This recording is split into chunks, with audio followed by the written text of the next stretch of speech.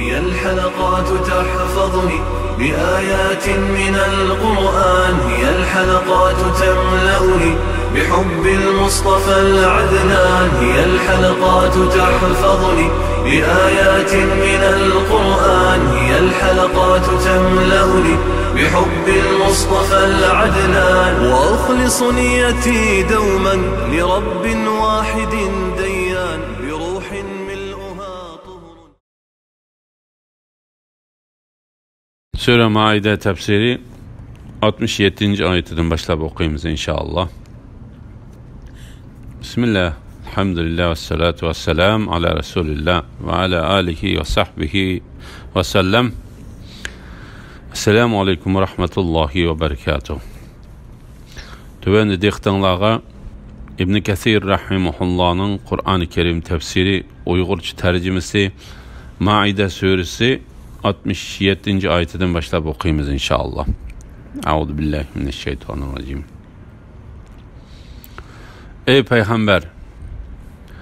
Rabbin tarafından sana nazil kılınan ahkamlarının hemmisini yetkizgin.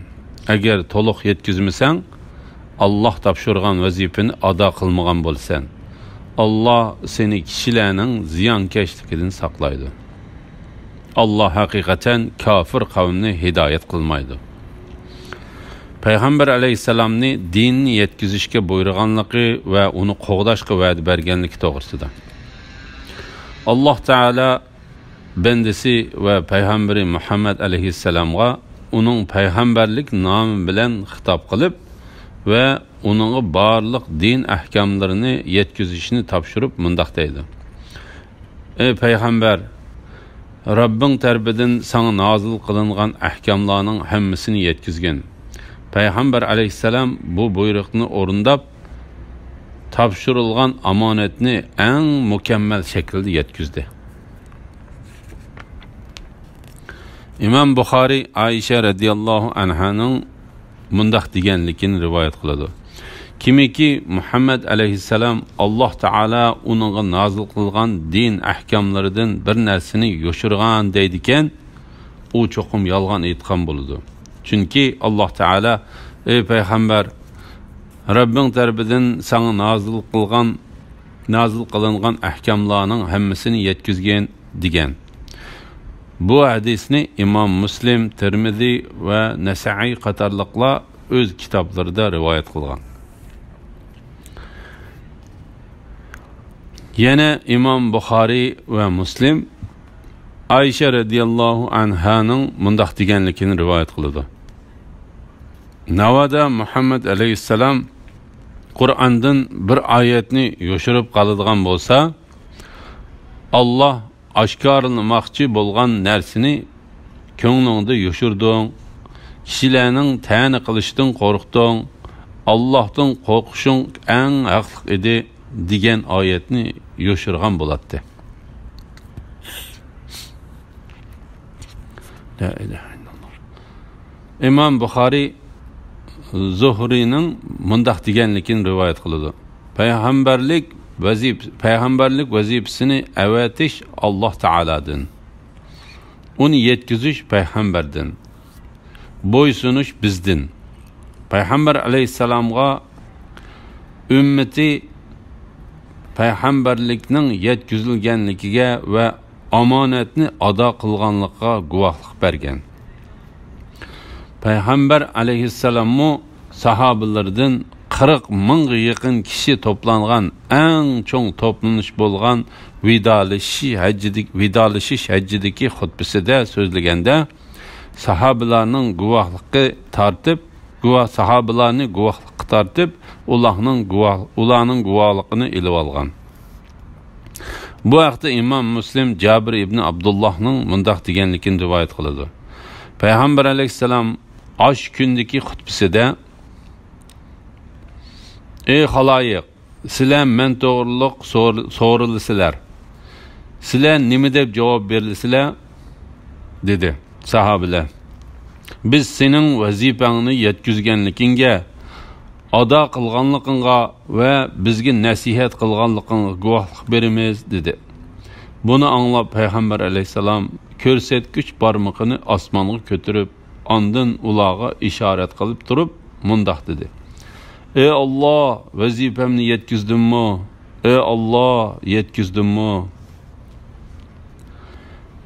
Agar to'liq yetkizmasang, ya'ni sana topshirgan narsani kishilarga yetkizmasang, Allah topshirgan vazifani ado qilmagan bo'lsan. Ya'ni Alloh taolo bu ishdan nimalarning kelib chiqadiganligini bilatdi. Bu oyatning ma'nosi haqida Ali ibn Abu Talha ibn Abbas radhiyallohu anhumaning mundaq deganligini rivoyat qiladi. Agar Alloh taolo sana nozil qilgan Qur'ondan bir oyatni yoshirsang, sana topshirgan vazifani ado qilmagan bo'lsan. Allah seni kishilarning ziyonkashligidan saqlaydi. Ya'ni sen mening elchiligimni ado qil. Men seni saqlag'uchi, sana nusrat berguchi ve düşmanlarınga qarşı seni qo'llab, ularni mag'lub qilib berguchidirman. Şuna sen qo'rqma, ko'nglingni yerim qilma. Ularni hech bir sana ularni hech biri sana qilchimu ziyonkashlik qilolmaydi. Ularni hech biri sana qilchilikmi ziyonkashlik qilolmaydi. Bu ayet tushishdan burun Peygamber aleyhisselam sahabeler tarafidan qo'g'dilinadi. Bu haqda İmam Ahmed Ayşe radhiyallohu anhaning mundaq deganligini rivoyat qiladi. Peygamber aleyhisselam bir kechasi uxlamay tunidi. Men, ey Allohning payg'ambari, sizlarga nima bo'ldi deb so'rasam, Peygamber aleyhisselam, bu kecha mening sahabalarimdan birisi meni qo'g'disa yaxshi bo'ladi dedi. Biz shundaq deb turishimizga sirtdan qoral ovozi anglandi. Peygamber aleyhisselam bu kim deganda tashqaridan men Said ibn Malik degan javob keldi. Peygamber aleyhisselam nimaga kelding dedi. U ey Allohning payg'ambari, men sizlarni qo'g'dig'il keldim dedi. Shuningdan keyinla Peygamber aleyhisselamning uxlaganligini ko'rdim. Bu hadisni İmam Buxoriy ve Muslim rivoyat qilgan. Yani bir rivayette Peygamber aleyhisselam Medine'ye hicret qilib kelgandan keyin Ayşe radhiyallohu anha bilan birga bo'lgan bir kechasi kecha hech uxlamagan. Bu hicretning 2-chi yili edi. İbn Abu Hatem Ayşe radhiyallohu anhaning mundaq deganligini rivoyat qiladi. Peygamber aleyhisselam Alloh taolaning Allah seni kishilarning ziyonkashligidan saqlaydi degan oyati nozil bo'lguncha qo'g'dilatdi. Bu ayet tushganda Peygamber aleyhisselam derizidan beshini chiqarib, ey xaloyiq, sizlar qaytib ketinglar. Alloh taolo meni qo'g'didi dedi. Allah hakikaten kafir kavmini hidayet kılmaydı. Yani sen yetkizgin. Allah Teala halıganını hidayet kıldı. Halıganını azdırdı. Allah Teala bu vakti mındaktaydı. Ey Muhammed sallallahu aleyhi ve sellem. Ulanı hidayet kılış senin mesuliyetin emas. Sana tapşırılgan vazife fakat kişilerge Allah'ın vahiysini yetkiziştir. Lekin Allah halıgan bendisini hidayet kıldı. Senin mesuliyetin fakat tebliğ kılıştır. Bizden mesuliyetimiz hesap eliştir. Ey Muhammed sallallahu aleyhi ve sellem. Aytqin ki, ey ehli kitap, yani Yahudiler ve Nasaralar, sizler Tevrat'a, İncil'a ve sizlerge Rabbinlardan nazil kılıngan kitap'a, yani Kur'an'a toluk amel kılmagıca sizler etibarga algıdak dindar bolgan bolmaysizlar. Rabbinlardan nazil kılıngan ahkamlar ularning köpçiligide yamanlık ve küfrünü aşırdı. Kafir kavm için kaygırmagın. Çünkü peygamberlerini yalganga çıkarış ularning adetidir. Müminlerden, Yahudilerden, feriştelerge ve yıldızlarga çoqunğuculardan, Nasaralardan Allohga va oxirat kuniga iymon etgan va yaxshi amal qilganlarga kelgusidan g'am qilish, ketganga qayg'urish yo'qdir.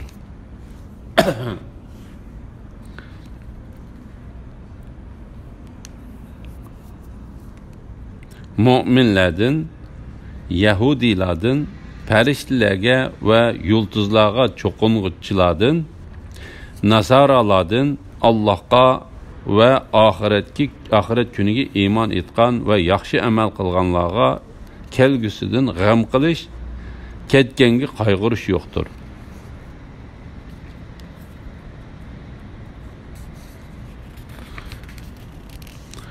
Qur'onga ishonmay ijodlikqa erishkichi, Qur'onga ishonmay nijotlikqa erishkil bo'lmaydiganlik to'g'risida. Qur'onga ishonmay nijotlikqa erishkil bo'lmaydiganlik to'g'risida. Ey Muhammad sallallohu alayhi vasallam, aytqinki, ey ahli kitob, ya'ni Yahudilar va Nasaralar, sizlar Tavratga, Injilga va sizlarga Rabbinglardan nozil qilingan kitobga, ya'ni Qur'onga to'liq amal qilmoqcha, sizlar e'tiborga olg'udak dindor bo'lgan bo'lmaysizlar. Ya'ni Tavrat bilan Injilni amal qilmoqcha, Tavrat bilan Injilni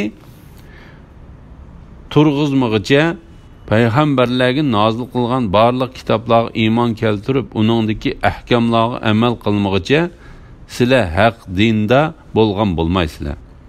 U kitoblarda kelgan ahkamlar ichida Muhammad alayhissalomga ergashish, uning payg'ambarligiga iymon keltirish va shariatga bo'ysunish qatorliq ko'rsatmalar bordir. Rabbinglardan nozil qilingan ahkamlar ularning ko'pchiligida yomonlik va kufrni oshirdi. Bu oyatning ma'nosi haqida yuqorida to'xtalgan edik. Kafir qavm uchun qayg'urmag'in, chunki payg'ambarlarni yolg'onga chiqarish ularning odatidir. Ya'ni ko'nglini yerim qilma. Mu'minlardan, Yahudilardan, ya'ni Tavrat egillari, farishtalarga va yulduzlarga cho'qinganlardan, ya'ni Sabiilar, Nasaralardan, ya'ni Hristiyanlar Injil egisidir. Allohga va oxirat kuniga iymon etgan va yaxshi amal qilganlarga kelgusidan g'am qilish, ketganga qayg'urish yo'qdir. Bu yerda maqsad qilingani shuki, Alloh taolo va oxirat kuniga, ya'ni qayt tirilish va qiyomatda jazolanishga ishongan va yaxshi amallarni qilgan har qanday bir kishi Muhammad alayhissalom barliq insi jinga payg'ambar qilib avatilgandan keyin Muhammad alayhissalom elib kelgan shariatga muvofiq amal qilmasa, barliq qilgan ishlari e'tiborga ilinmaydi. Ulardan kimiki Muhammad alayhissalomning shariatiga muvofiq ish qilsa, burunqi amallariga keyingi oqibatiga xavf yo'q, ham ko'ngli parishon bo'lmaydi. Biz bu mazmunda Sura Baqara to'xtalgan edik. Biz Bani Isroildan haqiqatan chin ahdi oldik. Ularga dinning ishlarini bayon qilib berish uchun payg'ambarlarni avatdik. Ularga har qachon biror payg'ambar ular yoqtirmaydigan ahkamlarni ilib kelsa, ular payg'ambarlarning bir bo'ligini yolg'onchi qildi, bir bo'ligini o'ldirdi. Ular biz Isroil avlodi payg'ambarlarni o'ldirish bilan azobga duchor bo'lmaymiz deb o'yladi. Ular ko'r bo'ldi. Ya'ni haqiqatni ko'rmadi. Ular g'as bo'ldi, ya'ni haqiqatni anglamadi. Ondan keyin ular tavba qildi. Alloh ularning tavbasini qabul qildi. Ondan ularning nurg'ini yana haqni ko'rishdan ko'r bo'ldi, pand nasihat anglashdan g'as bo'ldi. Allah ularning qilayotgan ishlarini ko'rib turg'uchidir. Biz Bani Isroildan haqiqatan chin ahdi oldik. Ularga dinning ishlarini bayon qilib berish uchun payg'ambarlarni avatdik. Bu oyatda Alloh taolo Bani Isroildan o'ziga va payg'ambariga bo'ysunib taat qilishga va'da olganligini, lekin ularning va'dalarida turmay, ahdilarini buzib, havoyi havaslariga agishib, o'z xohishlarini shariat tuzumlaridan afzal ko'rib va shariat ahkomlaridan o'zlariga yorig'inini ilib, qolganini tashlab qo'yganligini bayon qiladi. Ularga har qachon biror payg'ambar ular yoqtirmaydigan ahkomni ilib kelsa, ular payg'ambarlarning bir bo'ligini yolg'onchi qildi, bir bo'ligini o'ltirdi. Ular biz Isroil avlodi payg'ambarlarni o'ltirish bilan azobga duchor bo'lmaymiz deb o'yladi. Ular ko'r bo'ldi, ya'ni haqiqatni ko'rmadi. Ular g'os bo'ldi, ya'ni haqiqatni anglamadi. Ondan keyin ular tavba qildi. Alloh ularning tavbasini qabul qildi. Ya'ni ular bu qilmishlaridan yomon natija kelib chiqmaydi deb gumon qilgan, lekin yomon natija kelib chiqqan. Natijada ularning haqni ko'rishdan ama va anglashdan g'os bo'lib, haqni anglamay to'g'ri yo'lni topolmaydigan qilayotgan. Keyin Alloh taolo ularning tavbasini qabul qilgan. Ondan ularning nurg'uni yana haqni ko'rishdan ko'r bo'ldi. Pandi nasihat anglashdan g'os bo'ldi. Alloh ularning qilayotgan ishlarini ko'rib turg'uchidir. Ya'ni ondan keyin ko'pinchisi yana shunday qilgan. Alloh taolo ularni ko'rib turg'uchi, ulardan ozg'unlikqa loyiqlarni va hidoyatga loyiqlarni bilib turg'uchidir.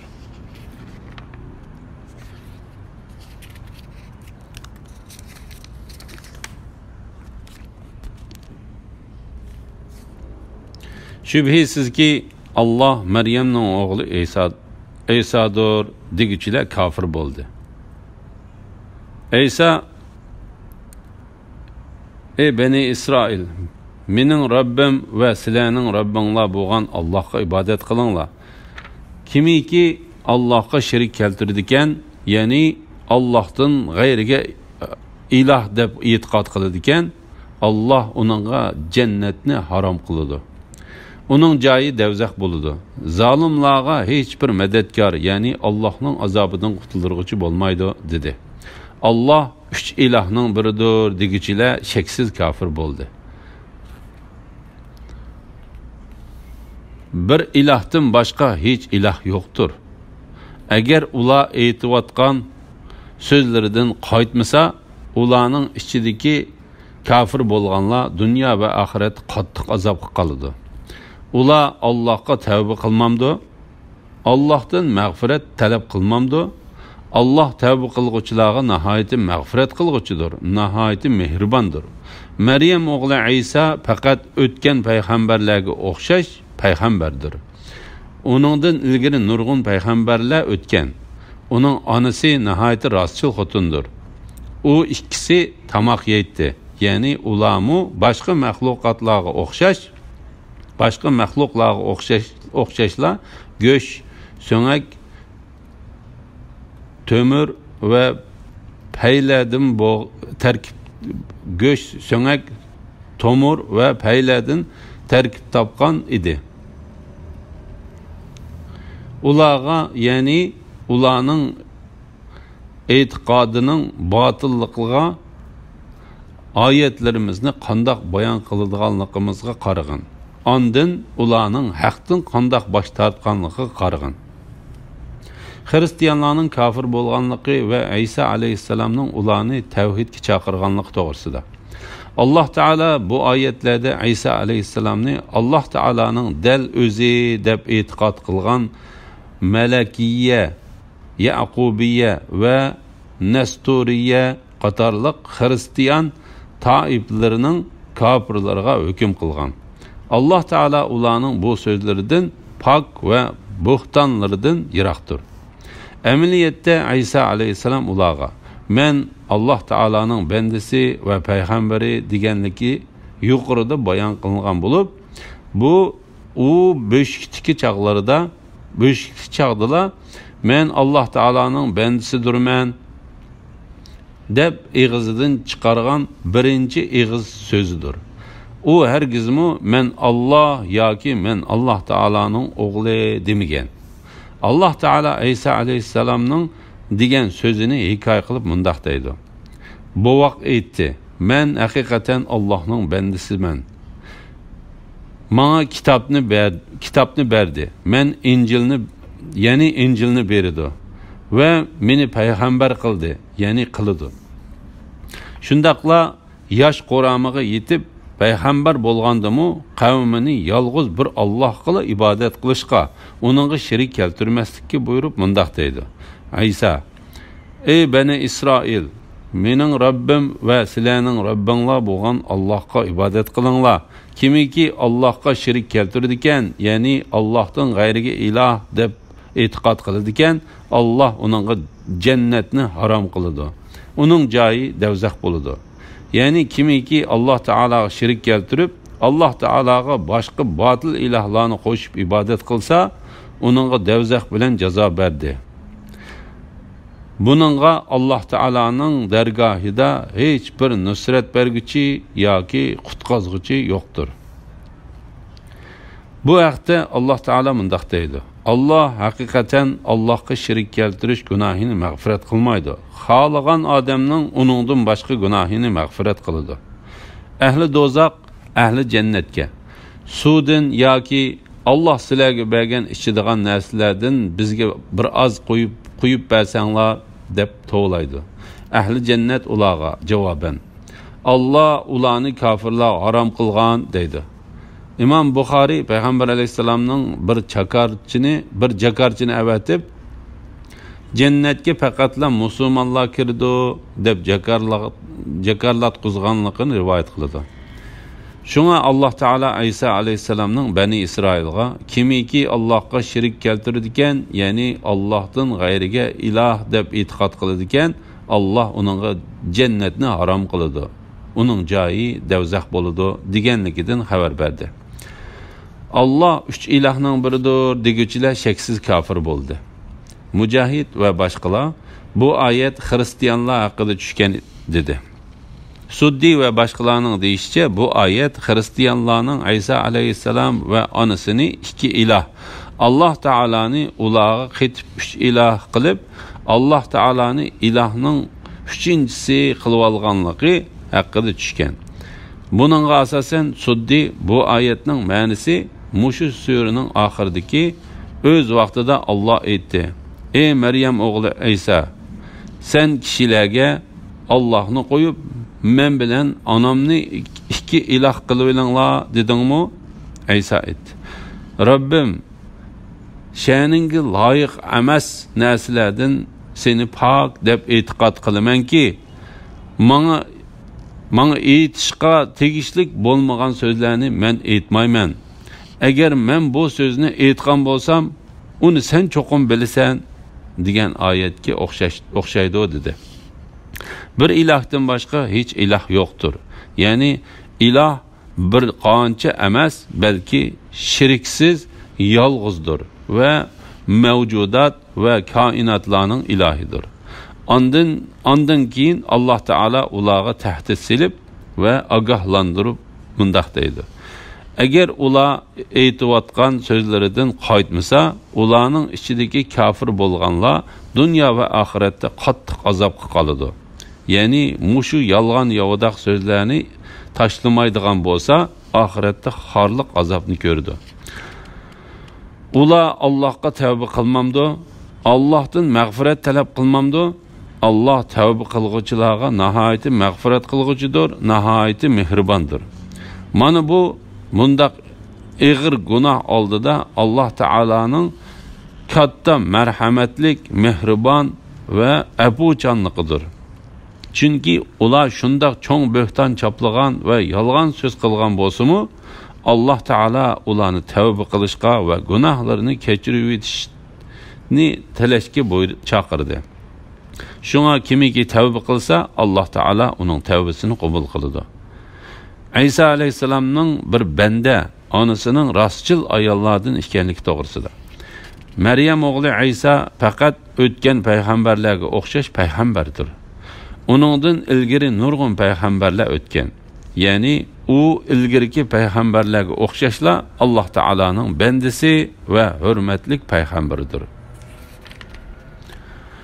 Bu vaqtda Alloh taolo mundaq deydi. U, ya'ni Isa Nasaralar gumon qilgandek iloh yoki ilohning o'g'li emas. Faqat payg'ambarlik ne'matimizga erishgan bir bandidir.